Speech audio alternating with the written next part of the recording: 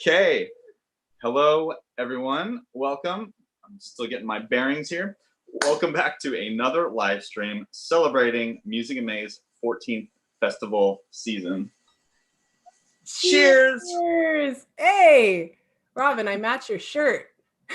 Nice. Your drink is an excellent color. Thank you, thank you. So I'm Rebecca, the artistic director, and Robin has been our trusted sound engineer and so much more, including today helping with the tech of bringing this live stream to all of you. Thank you, everyone, so much for joining. Ever since its first season in 2008, the Music in May mission has been all about building chamber music in the community. And MIM, we're also known as, is comprised of three main branches. We have the main stage concerts, or in the case of last year and this year, live streams. We also have another branch where we partner with other local nonprofits, and perhaps our primary focus, which we did this season especially, is programs for youth. That's right. And you can learn more about what we've been up to, as well as those programs and all kinds of other things at www.musicinmay.org. That's www.musicinmay.org. Or you can just go to the Google and type in Music in May, and it'll pop up somewhere in there. musicinmay.org. Thank you, Robin. So, what's that? Sorry. No, what were you saying? Oh, no. I'm just being thorough. Throughout the live stream, you can join the conversation by typing into the chat box, and I'll be checking comments periodically. That's why you'll maybe see me doing this kind of thing. I'm checking your comments. So hopefully we can have a little bit of exchange. Sorry to jump on you before moving to the next thing. It's okay. The past year has been challenging, to say the least. We miss you so much and cannot wait for when we're together again. We didn't think that we would be live streaming again this year, but we're glad to be doing this with you. We hope you enjoy today's afternoon and hope to be together next May. A year ago, Robin and I gathered to present our first Music in May live stream from his cabin. I actually have a little yearbook that I printed out, and there's some photos here of me and Robin on the live stream last year in his cabin. Little did we know that his and so many other lives would be deeply affected in August, just a few months later. Music in May is about community and seeing people come together to help others, especially in this last year, has really been a source of encouragement to me. And Robin's story is one of those tough but encouraging stories, and I asked him to share with us today. So what we're talking about are the CZU Lightning Complex fires that happened in Santa Cruz in August. I won't give a whole bunch of technical details, but what happened basically is that I think the total count was 925 living abodes were destroyed in the fire that ripped through Bonnie Doon and the Big Sur, Big Basin National Park, and just decimated so much of the Santa Cruz area. I had just finished recording a educational video for Sound Impact, which is another organization that Rebecca works very closely with. And they also do a whole bunch of student outreach, different from what Music in May does, but also very, very incredible work that fits right alongside. And members from Sound Impact have performed at the Music in May concerts. So it's a really cool organization, and it's been great to work with them. But I finished this whole set of little videos that I was contributing to their educational video programs just a couple weeks before the fire ripped through and destroyed a lot of the stuff that was in the videos. So my cabin where I lived was more than just a living space. It was my workplace, a music creativity place. I had a really good deal on rent, which allowed me to be more community oriented with my time. If I didn't have to spend as much time working just to pay my rent, then that means that I was able to spend time on random things that people would ask me, and I wouldn't have to, charge full rates in order to do that. So really, it was the cabin situation was a whole combination of enabling things for me to be able to do what I do. A lot of that was my work with Music in May. After everything burned down, Rebecca and my sister put together a GoFundMe for me, and so there was a lot of financial as well as emotional support that came from the Music in May community. A lot of it, a big chunk of the support that I got was from Music in May affiliates, and so it was. I really felt like supported during that time. I wouldn't recommend going through it yourself. I wouldn't want to do it again, but it really was a heartwarming experience for me to have such widespread support coming from the community. So yeah, I have a little video prepared that Rebecca and I made together to kind of show last year at the Music in May this live stream, we kind of took a little bit of a tour around my cabin. And this time I have a little video to show you of my new workspace and some of the updates in my life that have been happening since then. So I'm gonna switch over to my computer here and click the little play button on that video. Thank you for watching. Hope you like it. Hello! Welcome to my new space. Last year on Music in May's live stream, we were up in my cabin in Bonnie Doon, and now we are down in my cabin in, I think this is Happy Valley. It took a few months to find this place. I moved in with my girlfriend in April. It's a little bit bigger than the Bonnie Doon cabin. It's there's enough space for my my family's old 7-foot Baldwin semi-concert grand piano right here. I had a little 5'2" piano before that, and it worked for me. This one's gonna work a lot better. So I'm really lucky to have this. And I'm lucky that there's enough space to accommodate this and that we don't have to climb up a gigantic hill to move the piano in, because that's what happened last time. So I'm working on building up a new music creativity place. This piano is kind of the center of it right now, at least. We need to get a little desk with a computer going so we can edit videos like this one. So straight out of high school, I started working in audio, and my purpose there was to translate musical experiences to the ears of the audience. And that theme has kind of worked its way all the way through my career, through audio as well as my work in music. As a piano technician, which is what I'm doing mostly now, it's making the adjustments to the piano in a holistic, gigantic way to make the piano have the musical playing experience that a pianist wants to have, and that contributes to the whole performance experience of either solo piano music or piano with an ensemble. So I still have that desire to improve and help the musical experience translate properly to the performers, to the audience, and that's how I'm staying involved in music all this time. So back in March of 2020, we all had a little bit of a disrupt with our employment and our situations with COVID-19.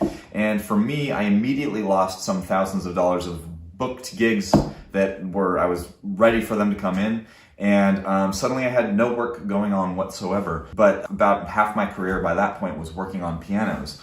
And people stopped having their pianos tuned right immediately because they don't want people coming into their homes, rightfully so. So it took a few months before piano tunings started back up again. So I moved to Santa Cruz in 2011 into the cabin directly that we had last year's Music in May broadcast. So I was there for just under 9 years. Santa Cruz immediately felt like home to me. I noticed that when I went back to my parents' house, to the town that I grew up in, for my first summer break from school, and suddenly it just didn't feel right. And coming back to Santa Cruz after summer break, I felt this relief, and it just felt like I was back home and I was back where I should be, where I'm meant to be. So Santa Cruz has felt like home since I moved here. It's been kind of a struggle to stay here. It's expensive, and there's not all that much work, especially in producing music. There's a lot of music going on, but there's not a lot of money going into music. So it's kind of hard to stay involved in that professionally and make a living and be able to pay rent. So my cabin was kind of central to making that happen, because the rent was really affordable for what the space was, and it also allowed me the opportunity in the space to stay creative with music and to take on multiple kinds of projects and to have a bunch of computer gear to help do those projects and a bunch of instruments to help do other projects. So it was kind of a dream space for me. Losing my home in the fire meant that maybe my circumstances here weren't going to work out anymore, but there was an outpouring of support from the community, and especially through the Music in May community, just emotionally and financially, to help me get back on my feet and figure out how to, try to keep doing the stuff that I was involved with before. It's really made entirely all the difference, the support that I've received from the community to help me stay here and get reestablished and feel like, I didn't lose my home in the fire entirely. Yeah, I lost a bunch of stuff, but my home is still here and the community is still here that I want to be a part of. I previously lived in the middle of the woods, and now that in this new place, I'm still in the middle of the woods. And there's kind of a reason for that. One, the rent tends to be cheaper, but there's also a different variety of places to find. This allows enough space to work in. There's not many places in town that have the space or the sound flexibilities that allow me to, make noise at weird hours of the night, or to spread out a little bit with the musical instruments.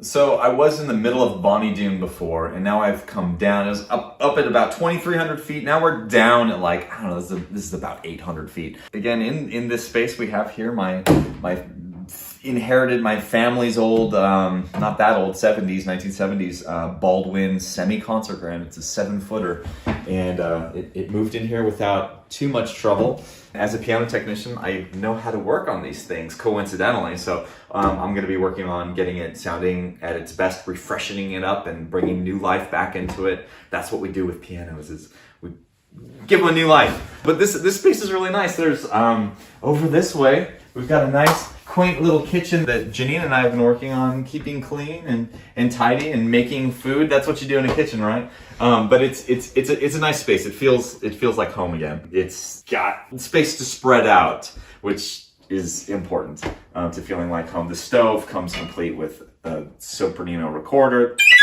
and put that back where it belongs on the middle burner. Coming back this way, still trying to put the place together. There's a bunch of junk everywhere on that side. We won't show you too much of that. But over here is the nice wall that has been cleaned up, and there's not too much stuff over here. So it's a really great place to look. Just ignore that, and we come to the window.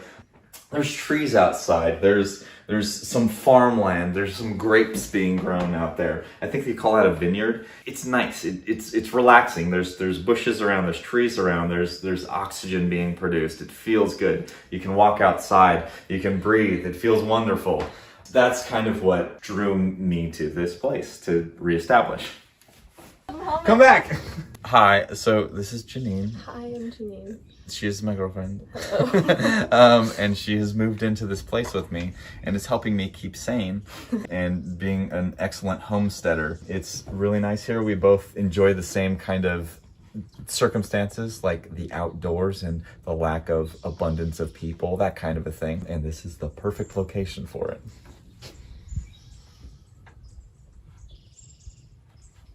One of the benefits of being outside in the middle of nowhere is that there's lots of roads to go do outdoorsy activities.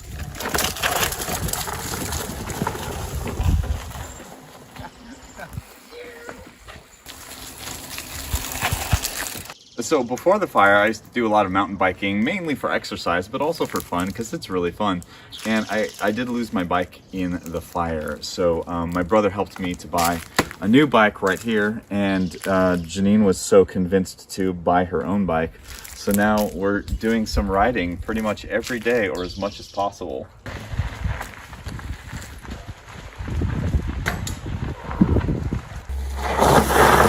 All right, that was fun.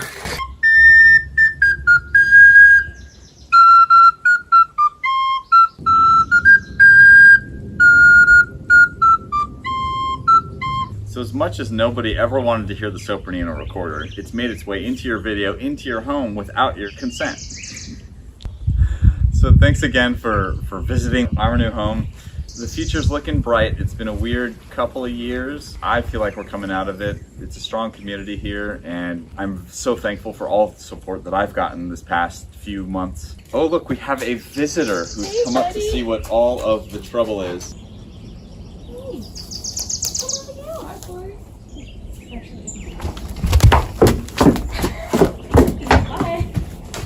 Thank you so much for joining us and letting us take up some time to show you my new home, our new home. Back to your regular programming. Robin, I'm so happy that we, the entire community, could come together to help support you in a time of need. Thank you. I have always admired your energy, your positivity, your kindness, and to see you move through adversity with the same qualities has been something I've reflected on. I want to be more like you.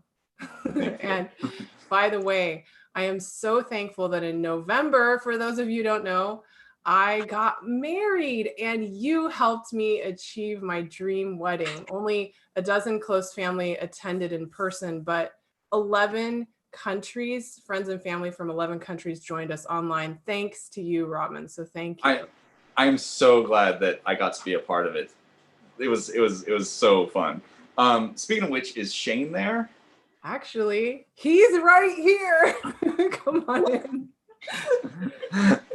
Hey, Shane. Hey, Robin. Great to see you. It's nice since we have all been in our own homes lately. I figured I'm so glad you asked about Shane, so Shane can meet everyone in the Music and May family on the live stream. Awesome, and you know, I'm glad Shane's there. I'd like to share Janine with everyone too. Hi. Thanks for having me. So glad that you could join us, Janine, and thank you to you too. I know you guys were the dynamic duo that both made our wedding to be able to let others enjoy our wedding. Thank you so much. Of course. It was a lot of fun and it turned out to be a really beautiful wedding. I'm glad that you were able to have us come too. It was definitely new. It was a thing neither of us had really done before. The way that we did that. Janine and I have a wedding DJ team, as you know, but we never did anything quite like your wedding. So it was one, a challenge, and two, extremely rewarding, and of course for the perfect couple. So everything was great. Full acrobatic. Awesome, thank you. Yeah.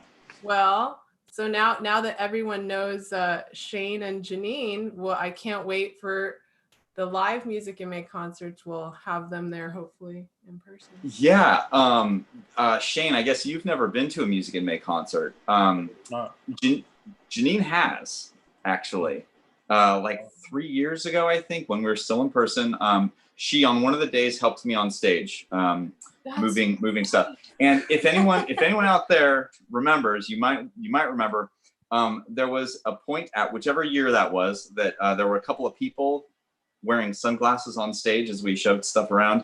That was Janine. That's right. Oh my goodness. Okay. So if you at home remember that happening, here's the face. I forgot about the sunglasses. Yeah, I never go far without a pair of sunglasses. Well, okay. Let's cheers to that. Oh wait. Cheers. Oh, it's it. Cheers. Want some? Thank you. Oh, no. Oh boy. We better jump ahead to our first performance video. Rupert was a part of our roster last May, and some of you may remember his e-education video about melody and harmony. Yes, and Rupert Boyd, he is a stellar guitarist. The Washington Post said of Rupert, while there may never be another classical guitarist like Segovia, this young Australian left his Marlowe Guitar Series audience with the impression that someday there may not be the likes of him again either. I agree with that statement. He's got a YouTube channel and an Instagram, and you can follow him on all the normal social media places. But you can also learn and hear more about him on his website, www.rupertboyd.com. That's RUPERTBOYD.com. I'll post it in the comments. And Rupert will be at Music in May this coming May. So get your tickets as soon as they come out. Now for some music. Enjoy Scenes from New York City as Rupert performs a piece by Brazilian composer Jobim.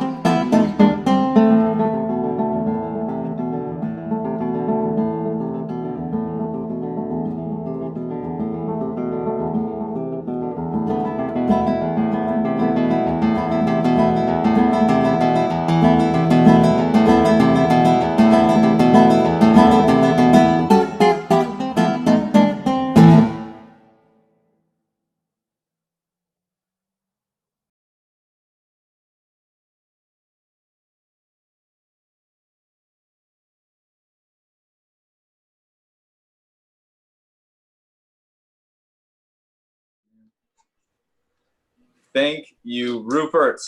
Excellent job. I love that video. So good. As mentioned, Rupert was featured in our series of 19 videos that we produced for Music in May in 2020. Wow. I think he appeared on a total of 4. But yeah, go through them. They're on the Music in May YouTube channel. They're all there. The whole education series and the musician backstage series. Really cool stuff going on there.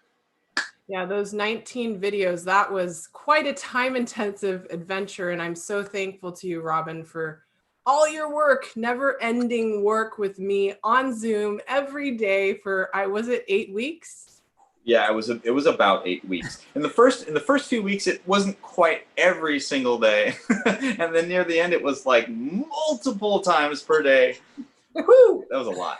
Yeah, no, but it was, oh man, it really, really helped me move through the, it was sad to not be doing what we do and having all the cancellations. So thanks for taking that adventure with me. Oh, it was my pleasure. So much fun. And I also want to thank our generous patrons who gave us the means to still pay our musicians last year. I've pulled up the slide onto the stream so that all of you out there can see all of the many people who have supported Music in May. So thank you so much. We couldn't do it without support. I'll try to bring up that slide again later. Thank you, Robin.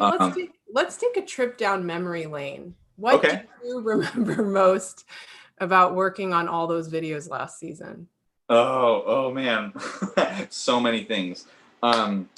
Long sessions of creativity, silliness, bouncing ideas back and forth, experimentation, technical problems. I remember those really well.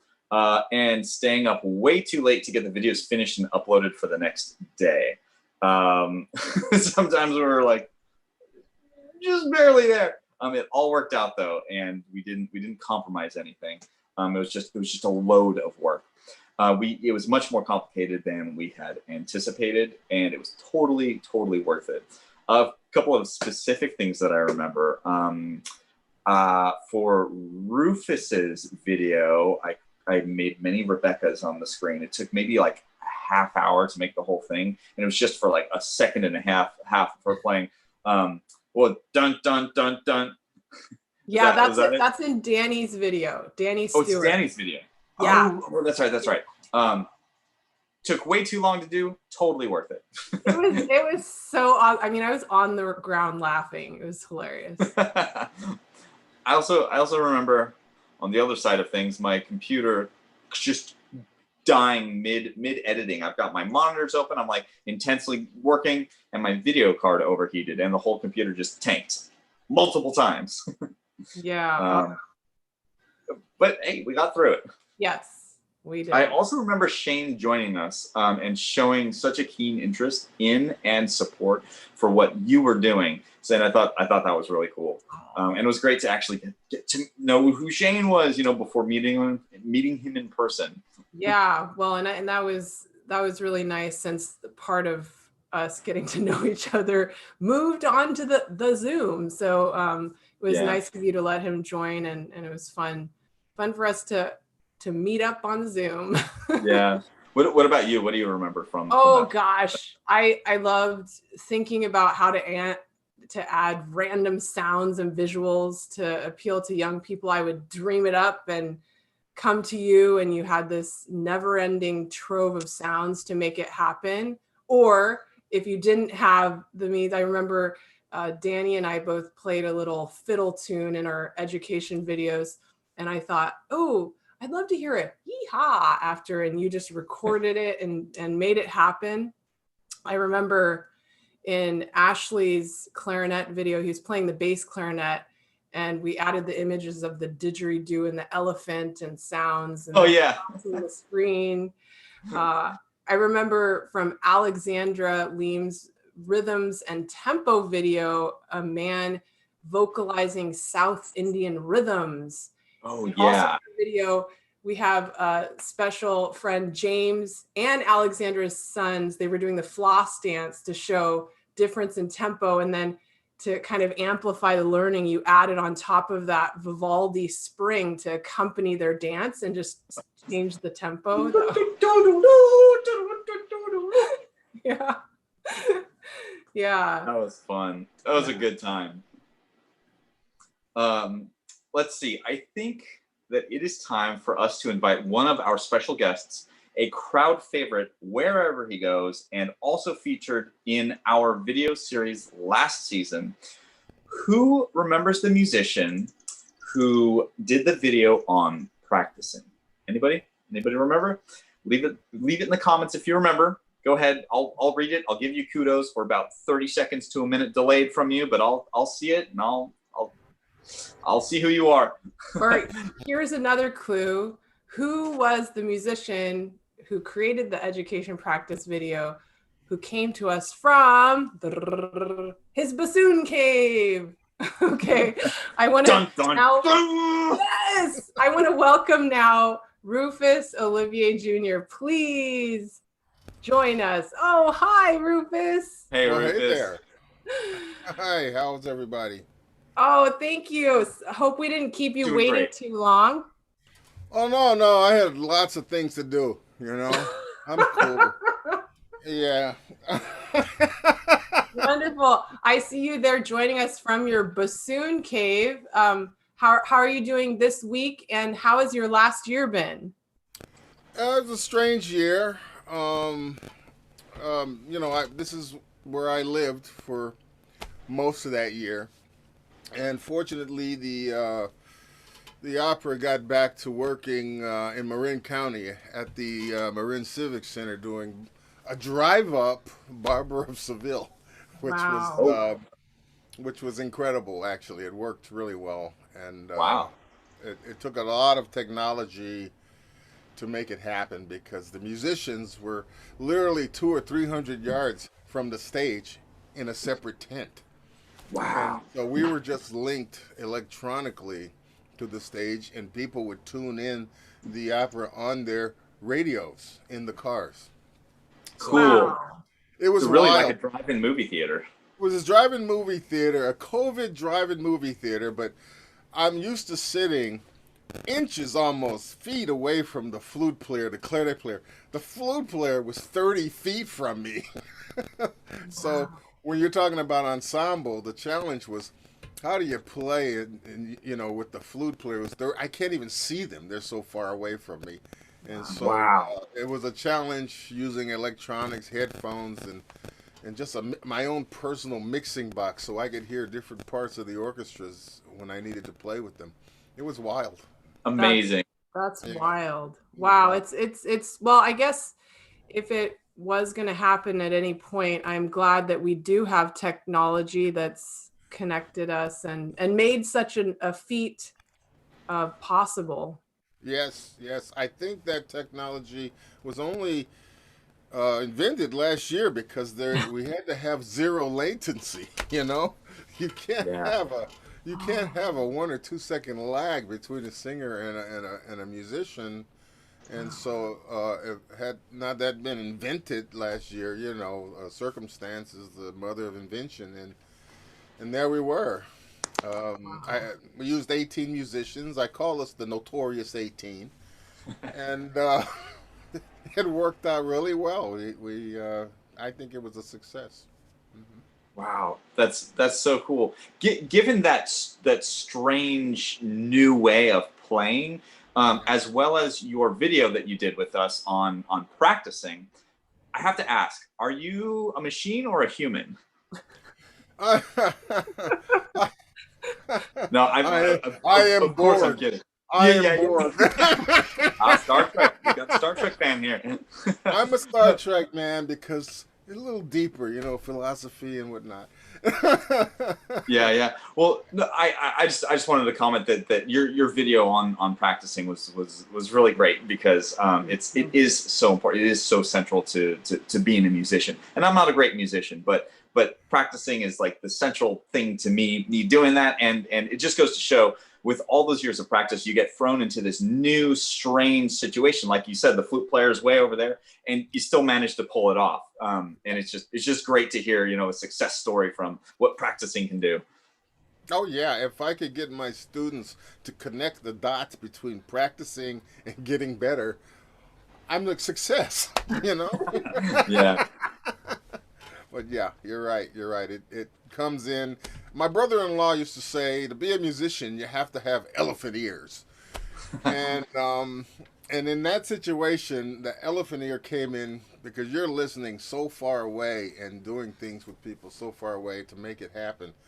I used to laugh when he said that. I said, "Oh, he's nuts," but he was right. You have to have elephant ears. Wow. So I want to ask Rufus, I know we have plenty of things that we could share that made the last year challenging. I would love you to share with us what's a positive highlight from this past year that sticks out in your memory? A positive. Oh my goodness. Well, I'll tell you, I got to spend a ton of time with my wife. Oh, We're coming up on 45 years next year, and I don't think I've ever spent evenings with her in that 45 years. wow. Wow. I'm always gone at night. I'm always gone on the weekends and things like that. I have to run out of the house on Sundays. And so that was a major delightful change to actually be at home after 6 o'clock and be able to look at a movie or whatever. And that was delightful. Yeah, everyone knows you as the rock star musician, bassoonist, and you're also a rock star family man, which is so cool. And we were having a Zoom rehearsal earlier this week, and Rufus was there at his daughter's doing gardening, right? Is that true? You were helping out your daughter? I was pruning trees at my daughter's house, Samara. Yeah. That's so neat. Yeah, so we're gonna share an excerpt from your outstanding education video, which was such a pleasure to work on all together.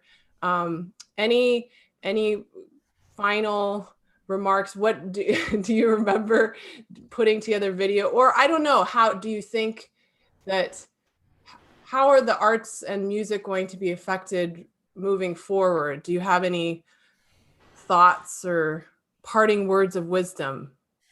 Yeah, I think musicians, singers, artists are going to be a little more appreciated in the world. Because this is it. This is all they had. Yeah.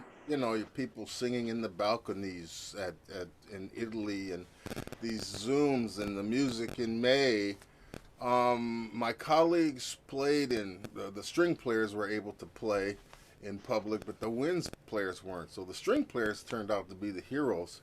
They're playing concerts in people's driveways and doing like that. We were sitting in these undisclosed locations, making videos and doing these things. So I think society may take another look at artists, and say, maybe these guys are really important. Maybe it's not just a thing they do for fun, but maybe this is a real service to humanity. This art, keeping people sane through music and art, literature, everything. And we had to do it, and people were home to look at it. So I think that may change the attitude of the public in general, I hope. Yeah, thank you so much, Rufus. I just, before we share the excerpt of your education video, we were planning on having you on our Music in May 2020 season. I know you're very busy, and I know who knows what the opera and the ballet will be doing, but I truly hope that we'll be able to have you come for our live concerts. I can't wait for the day, and hope you're available to come and wow everyone with your beautiful playing. Well, yeah, I will have to go find my pants. I haven't worn them in years. But yeah,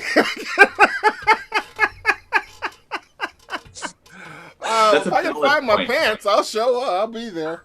You know, they're somewhere around here. You know, maybe we can play at the beach and just do it in board shorts. Yeah.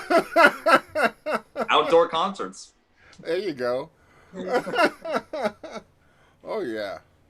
Oh, Well, wonderful. it's been a pleasure, real pleasure. And Music in May really, you challenged me.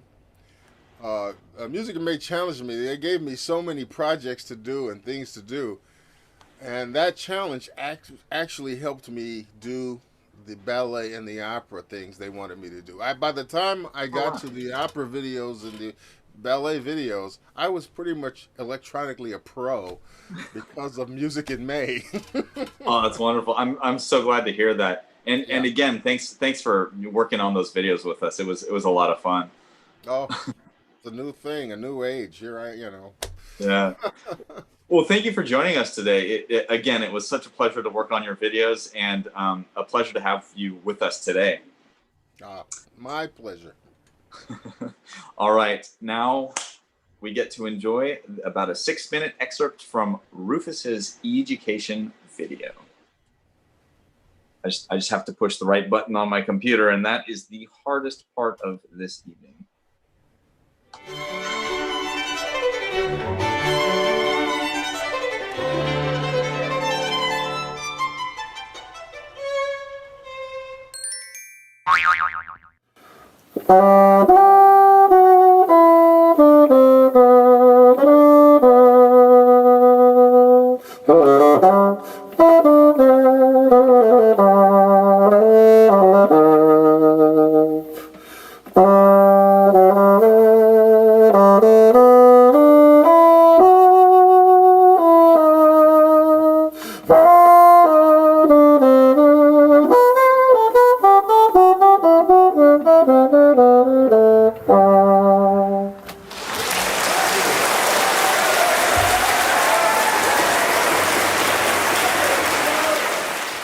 Hello, I'm Rufus Olivier, Jr., bassoonist with the San Francisco Opera, San Francisco Ballet, and formerly San Francisco Symphony for over 40 years.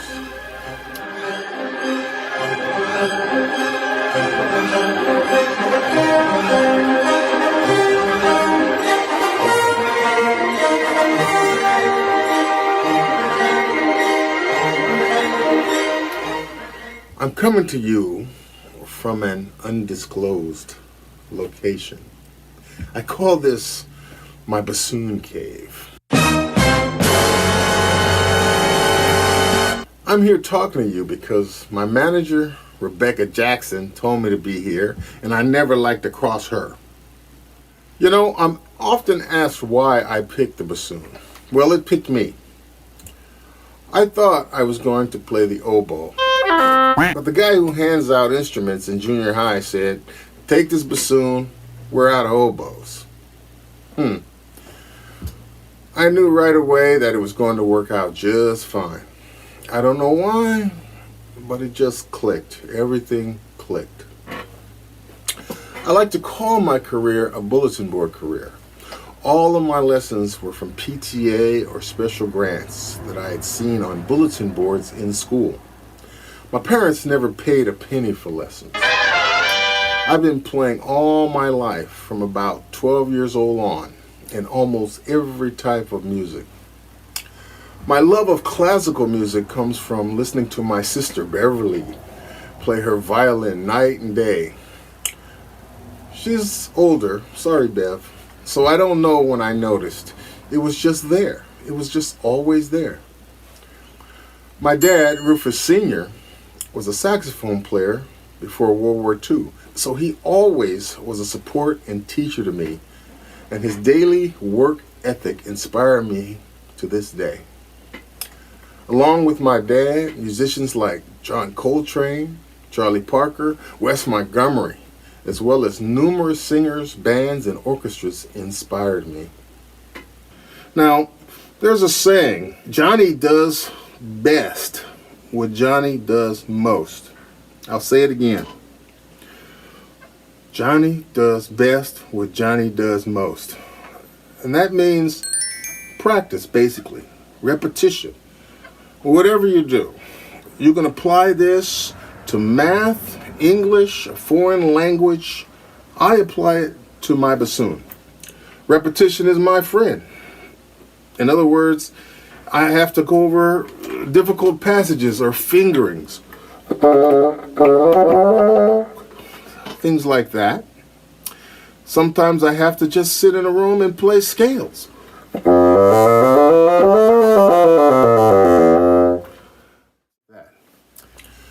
As you know, the bassoon is a double reed instrument.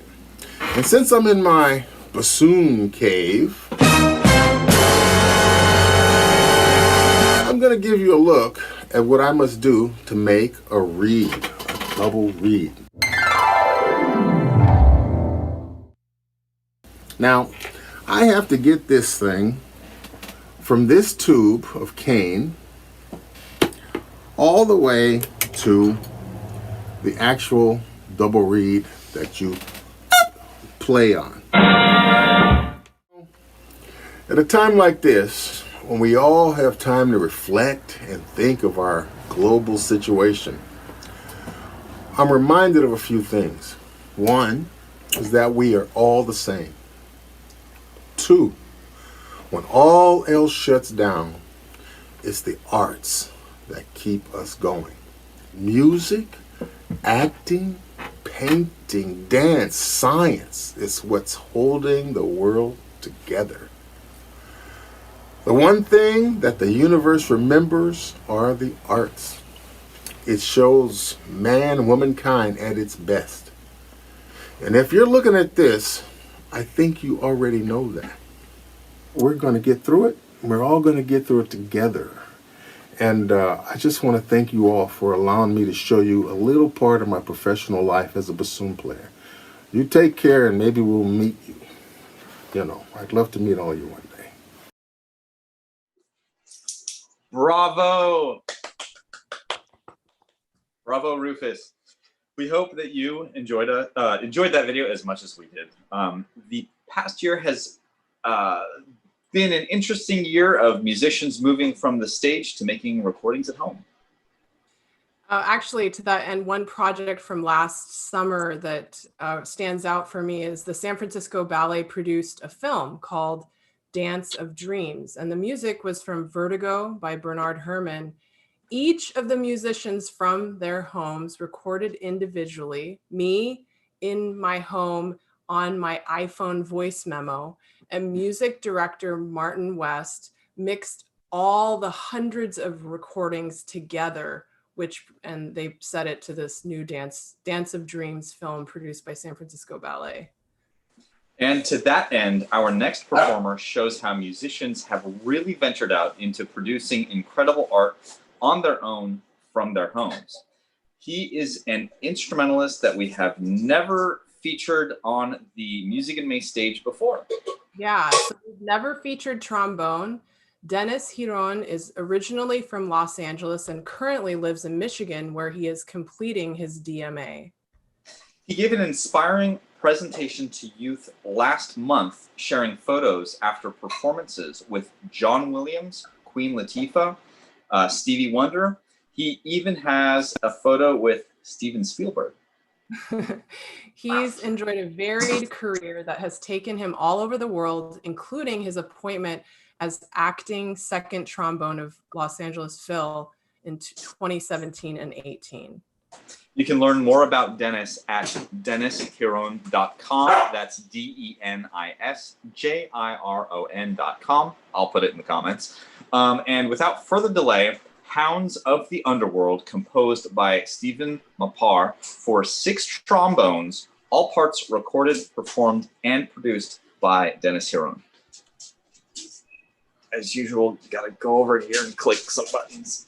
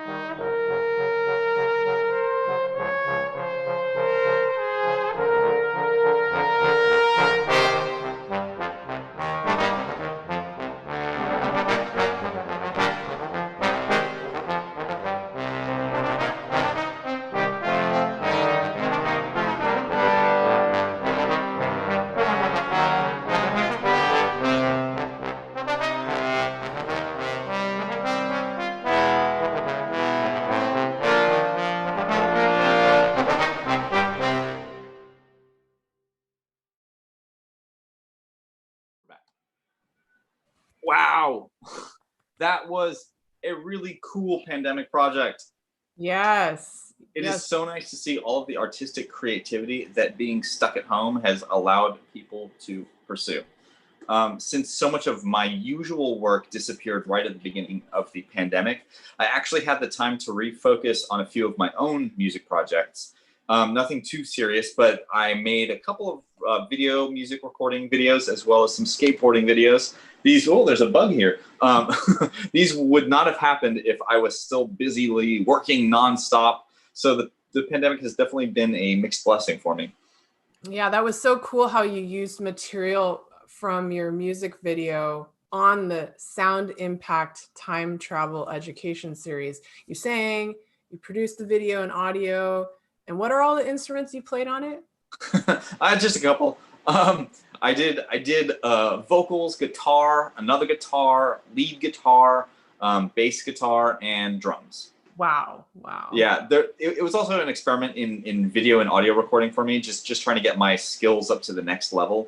I haven't even yet been able to really fully finish the video. I'm slowly working towards having another workstation to work on these kinds of projects after the fires, workstation that's suitable enough for me to finish this kind of project.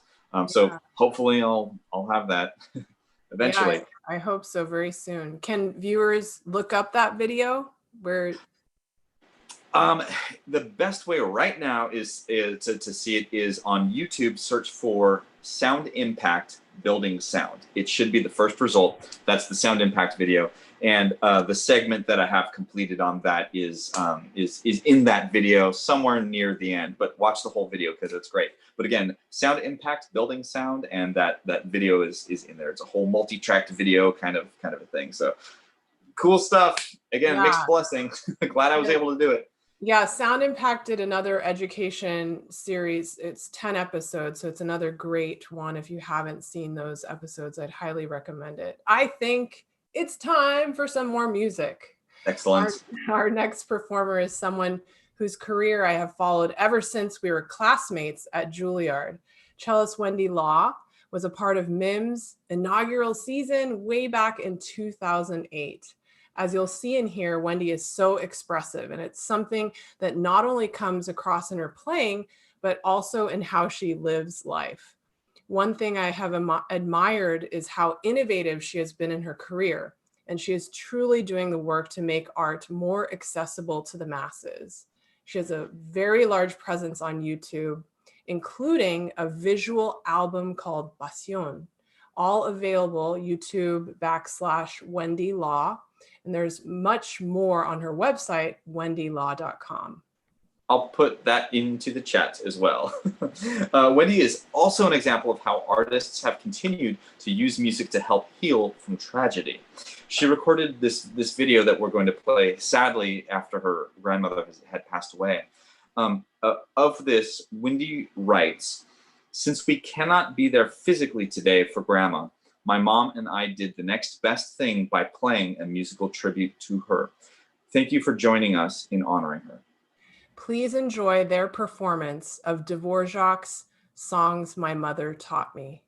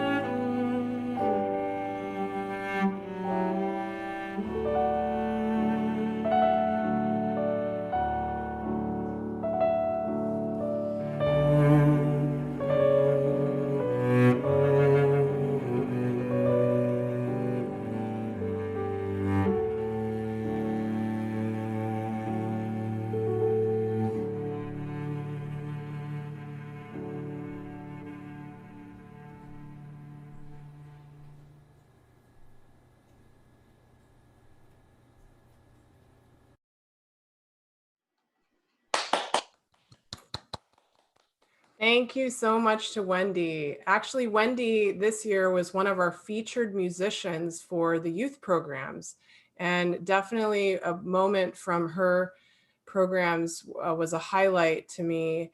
She did an improvisation activity with the youth, asking for volunteers to volunteer a rhythm, clapping rhythm, and then another volunteer to describe an emotion using one word. And then she would create this new piece based on the rhythm and the emotion. And it was really neat to see the kids bopping their heads and their feet and really getting into the music that she created, inspired by their contributions. Since last March, when all in-person performances were canceled, our focus at Music in May remained and still remains on youth outreach. Last season, we produced 19 videos. And this season, we have presented 28 youth programs featuring a dozen musicians. And one of the programs was screening of the David Arbin film. And wow, my father and I were so impressed by the questions students asked during the discussions following the film. Just in case you weren't able to tune in yesterday or haven't heard about it, David Arbin was Rebecca's violin teacher, advised in the formation of Music in May, and survived the World War II Nazi concentration camps. He was an incredible person. Students also filled out questionnaires to give their impressions of the film, and we shared some of them yesterday. Here are a few more. I learned to never give up and that music is indeed a really powerful thing that can save lives and build people up. Another says, I feel like I need to appreciate life more than I currently am. Another student wrote, I felt moved by his strength and how he was able to get through his hardships by using music as a gateway into peace. Another wrote, I learned to never give up on a dream. After all he went through, he never gave up. And finally, I learned to value life, family, and what I have. We couldn't do any of this without your support, so thank you to everyone who has been so generous to Music in May, both in recent years and from the beginning. Yes. And Robin, I'm so thankful for you. Oh, thanks. This took a little bit of coordination because we're clearly not in the same space for this live stream. But are you ready to finally open your presents? I am pumped. Okay, so for those of you at home who don't know what's going on, obviously this year Rebecca and I are not together. I am currently in Savannah, Georgia, on a long road trip that's been in the works for a long time. I'm finally taking some time away from work to kind of collect myself and visit family. And so Janine and I are doing this trip together. So Rebecca and I had to plan this whole live stream well in advance. And she, as what happened last year, she gave me some gifts to open up here at the live stream. And what's funny is it actually, my birthday is coming up, so this wrapping paper is perfectly appropriate. Thank you. So I have been happily dragging around these gifts all around the Northeast area, all the way up. These have come with me on a plane all the way to Annapolis, Maryland, up to Maine, drove all the way up to Maine, popped over to upstate New York, came back down to Annapolis, and now it's driven all the way down the eastern seaboard down to Georgia. So these gifts have made the trip. They've been in my possession for over a month, and I have no idea what's inside of them. Well, so, you know what? This is the buildup of all buildups, but it's just a very small token of my thanks and for some fun on the live stream. Cool. Let's see what we got here. Yay! Oh, this is so cool. The year before, you gave me a shirt with birds on it. This year it is origami birds. This is such a cool shirt, and it's close in color to this one. I love this. This is fantastic. And my drink kind of matches it. Oh, nice. Again. So cool. Okay. Surprise on surprises. I have been carrying around 4 gifts, and just as soon as I opened that one, another one popped out. So that gift birthed another gift. So here's the one that was inside of that one.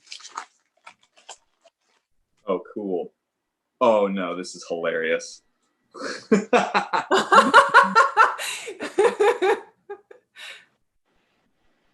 Okay, this design probably elicits emotional responses in some people out there. It does for me. I used to eat this every single day during summer school for my entire middle and high school. So this this means something to me.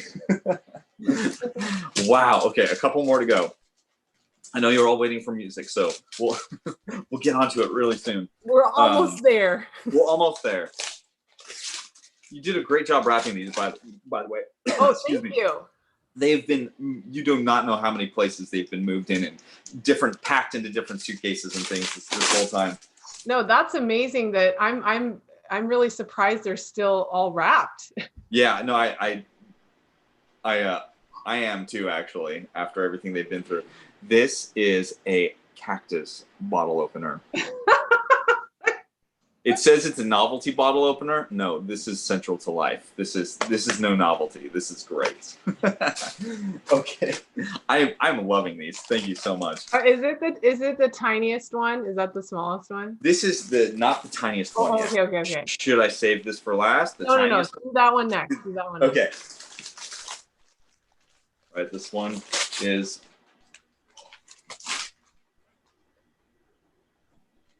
Socks. Yay! These, Okay, so last year you also gave me socks. They were long ones last year, and this year these are short ones. And it's the same ones. I remember them. I still have those actually. Those are really good socks. I've used them all the time. Yay! Thank you. Yay. Okay, well, hopefully you like them. They're, again, a very small token of my thanks. No, these are great. I actually need socks. I'm running out. So this is Okay, good. perfect. Okay, last, Yes. but not least. Last and littlest. Actually, it's but not probably least. the least. It's probably the least.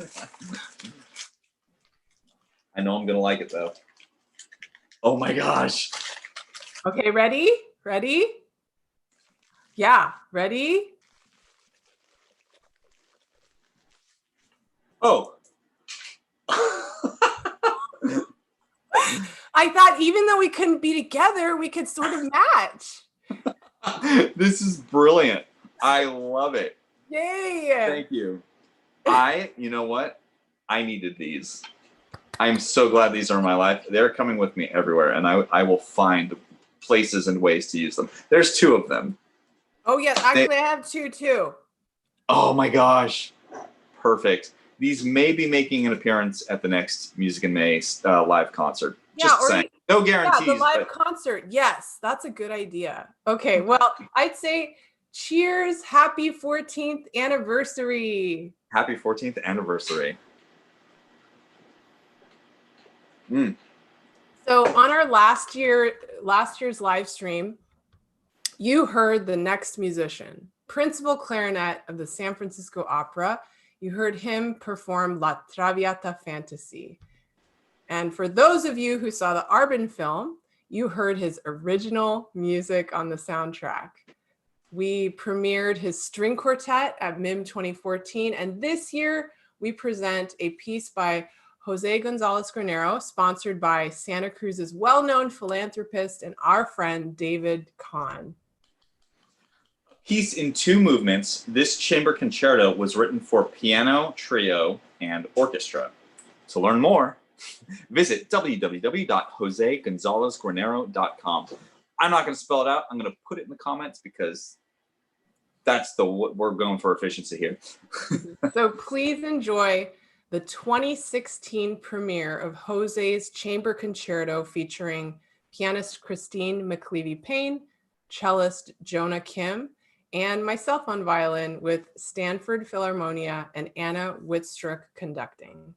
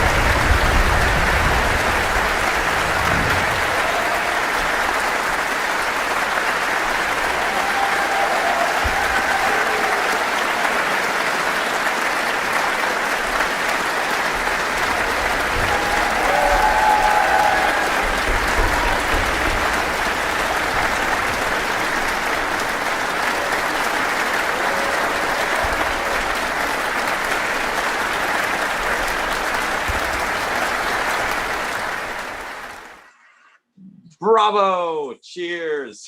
Happy 14th anniversary, Music May. Yay! We have 2 final performances to share with you, but before we do that, we thought it would be extra special to have one of the musicians join us live. Yes, and by the way, this is a reunion of sorts. So I graduated from Juilliard way back in 2003, which is where I first met our next fabulous guest. The last time I saw him in person was 18 years ago. So please welcome Omar. Omar, welcome to the live stream.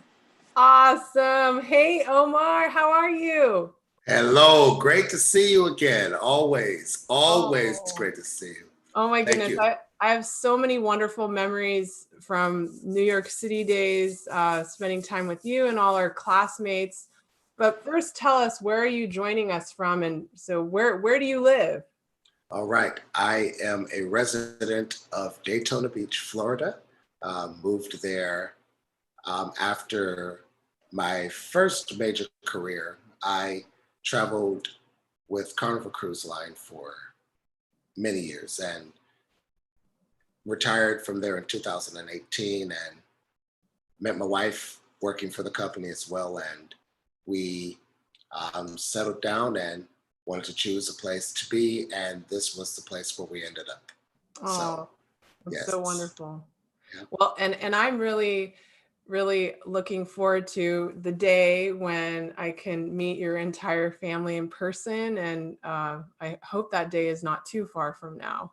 Certainly closer than 18 years, which is when we graduated. 18 years. Yes, you know, it may have been a little sooner because I was looking forward to actually attending your wedding, which obviously, due to COVID restrictions, delayed us yet another year. So that had a lot to do with that. But yes, we're going to make sure that happens. Yeah, and so yes, for those of you watching, Omar was he gave me one of the best wedding presents ever. I mean, it blows my mind because it's like I didn't even think it was possible. I mean, like, you know, you just what you created. So everyone, okay, sorry, it's like blah, blah, blah, blah. So I reached out to Omar. I was thinking I would love to have a friend record something. It would be really awesome for it to be a brass instrument. And then Omar came to my mind, and I hadn't spoken to him in so many years. And I reached out to him, asked if he would record something as the recessional when we were pronounced husband and wife. And what Omar recorded for us is what we're going to share with all of you. And can you tell the audience before they hear this awesome performance, what was the inspiration? What inspired this particular performance? Well, it was you actually. True, it was. You gave me sort of an idea of what you wanted your recessional to sound like. And based off of the songs that you gave, it was fairly easy to determine what to do. It was just a matter of how to put it together. But yeah, all of the songs that you mentioned, Honeysuckle Rose, Louis Armstrong as an artist, Ella Fitzgerald as an artist, so on and so forth, became clear that you just needed a second live parade. So that's what I did. I just kind of formulated some ideas and eventually, used a second line bass groove, which I had to play on trumpet, of course, but nevertheless, it worked out, and then just played around with it a little bit, understanding that we only had about 2 to 3 minutes to put it together, of course. But all in all, that was the inspiration. That's what you wanted. And that's what we do as musicians, right? You try to present the best that you can based off of what they're trying to envision. They trust us to do that. So. Yeah, and for those who don't know, because I certainly didn't know, tell everyone about the second line parade, what that tradition is. I had to look it up, and anyway, if you don't mind. If you've never been to New Orleans for Fat Tuesday, go to New Orleans for Fat Tuesday. and you will understand exactly what a second line parade is. It's basically like it's a carnival, and actually the tradition for that is they have Fat Tuesday before Ash Wednesday when Lent starts. So anything that you can get out of your system before Lent starts, that's what they do. So I mean, sometimes it can get a bit ruckus, but that's, to each their own. We all have our choices to make in those regards, but that is a tradition. Yeah, that's what. So so this piece that you put together, it's just out of your own, was it based on anything, or was purely what you came up with? It was based off of the second line sound that you hear. It's Ah. very, very normal to hear bup bup bup bup ba da ba da da da bup bup. You hear that bup bup bup da ba da ba da da da da da. That's very, very, very common. And you can take it and you can switch rhythms up here and there, and you can add things here and there, of course, to make it work. But honestly, it was just, for me, I wanted to make sure that it worked for the wedding. And if the bride's happy with it, then I've done my job. So in this case, it was you, and there was a little bit of extra incentive there because we know each other. So that was kind of the takeaway. Oh, it was really, I just can't wait for everyone to hear. And guess what, Omar? I think we have another classmate who's just about to join us. Oh, really? What? Julietta, are you there? Please start your video and join the reunion. Oh! What's going on, Jules? What's up, fam? Wow, it's been a minute. This made my day. Great seeing you. And you still got the diva look. Nothing's changed there. Let me tell you, as long as I've known Julie, man, look at that. Still got it going on. Good to see you, fam. Good to see you too. Good to see everyone. Yes. Oh, Julietta, it's good to meet you both. Hi. Good seeing you, Robin. Thank you. Oh man, so our viewers will soon hear Omar perform this incredible piece that he put together that was the recessional for my wedding, but it was just so spectacular. I really wanted to share it with our Music in May family. And before you hear Omar perform, we're gonna hear Julietta perform with her mom. And I would love, Julietta, for you to share about the piece that they're going to hear. Oh, okay. Well, super excited to be here and super excited to see Omar and hear him too. Thank you, Rebecca. So I guess we're going to be playing Get On Board for you today.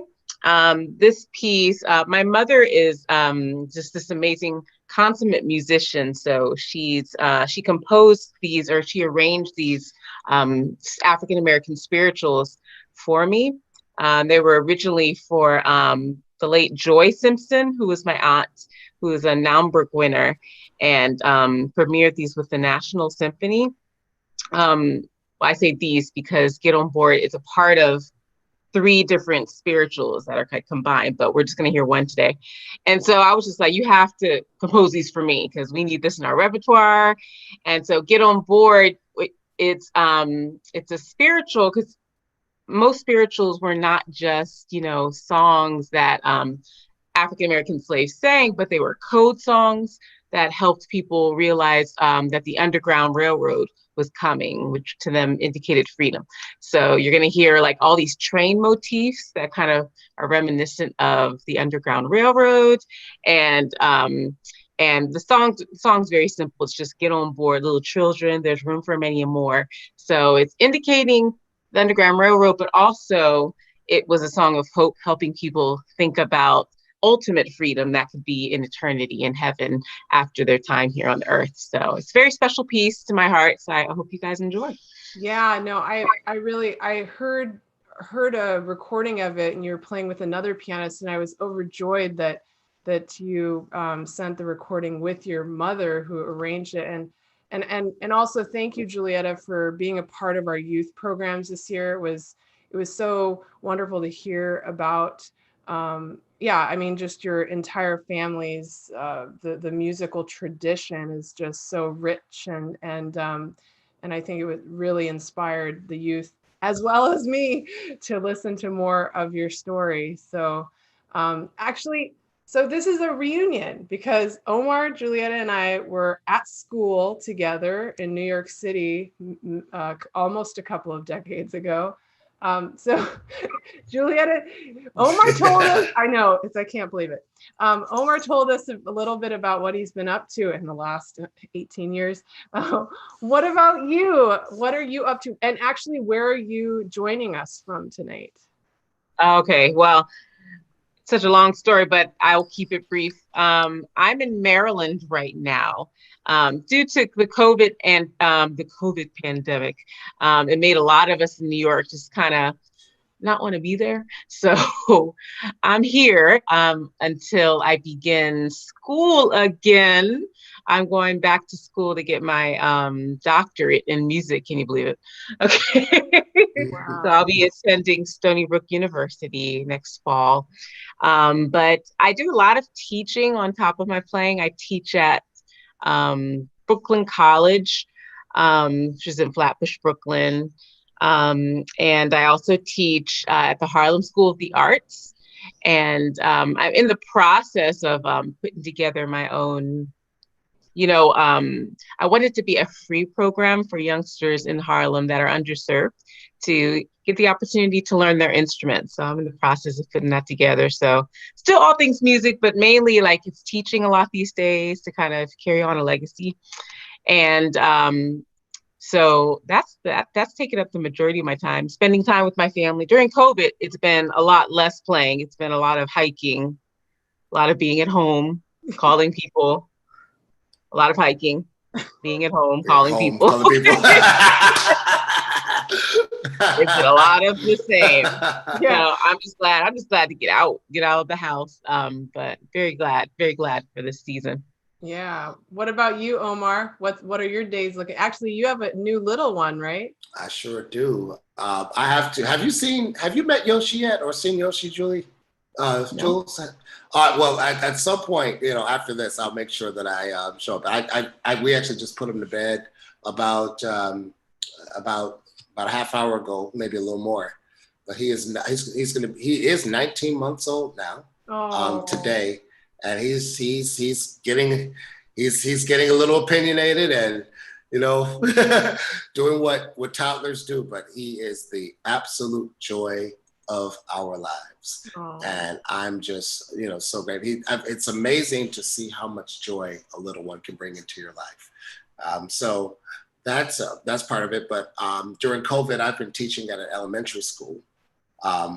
Prior to that, of course, I was playing a lot, traveling with many different bands. I've become thankful to say, I'm much more consummate lead player. That's something that I really spent a lot of time on after leaving school.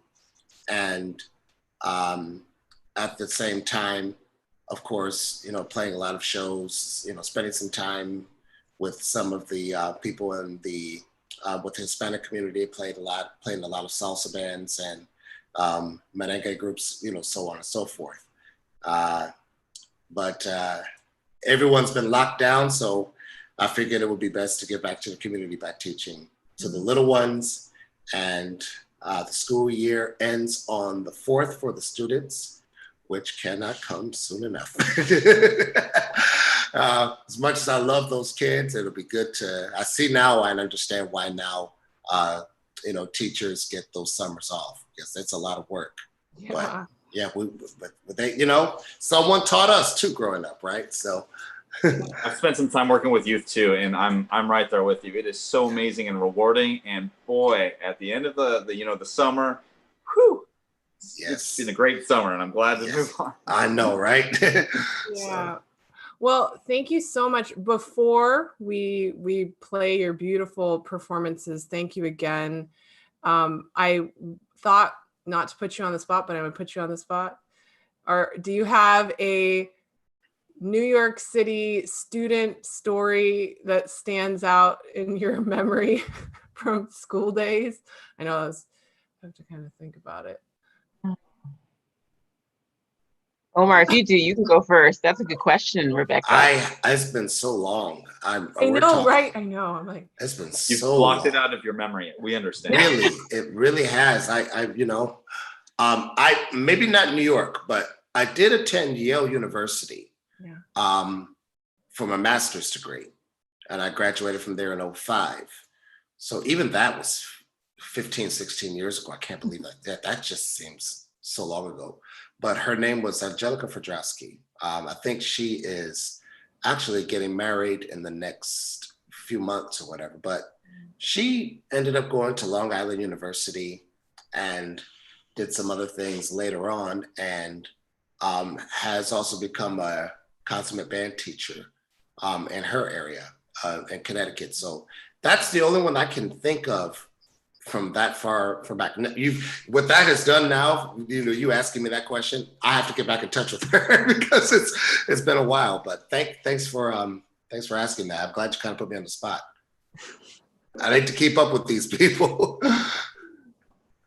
well, I don't. Well, thank you so much for being with us tonight. It's not as good as being in person. I do hope that I will have the joy of getting to have an in-person reunion with both of you in the not too distant future. And thank you so much for inspiring me, for giving so generously, for pouring your hearts and art and soul into the community work that you do. I look forward to being in touch and to continuing to learn from both of you and be inspired. So thank you both so much for being here this evening. It's so great that you could take the time to join us and share your music with us and our whole audience, of course. Pleasure. Okay, I guess without any further ado, we can go ahead and hear that, right? So now we get to hear wonderful, wonderful performances from Julieta and Omar.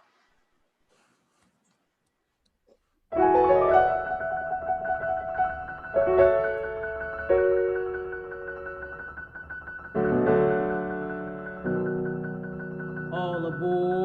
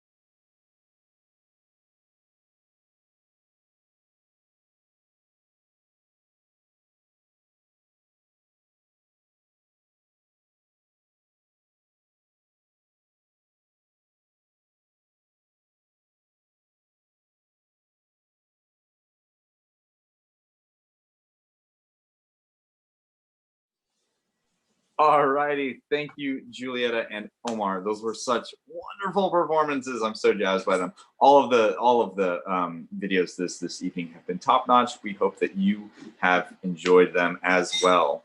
What a way to conclude our festival. Again, thank you so much to all the musicians who contributed to tonight's performances. We truly look forward to seeing all of you in person next May. That's going to happen, right? It's going to happen. But we hope to continue to offer an online component so that anyone, anywhere can join us for Music in May. We'll figure out what that looks like, but we're gonna be online for the future. So until we meet again, whether it's online or we hope in person, be well and warmest wishes. Cheers. And one final happy 14th anniversary Music in May. Happy 14th anniversary. Yes, and thank you so much to our musicians and our donors. So until we meet again. I'm going to bring up that donor slide one last time, just as we're chatting here. Here's the donor slide again, re-echoing what Rebecca said. Thank you so much to our patrons. Here they are for 2021. Everyone has helped us so much to be able to do this presentation for you. We hope you've enjoyed it, and we will see you all soon. Have a wonderful, wonderful night.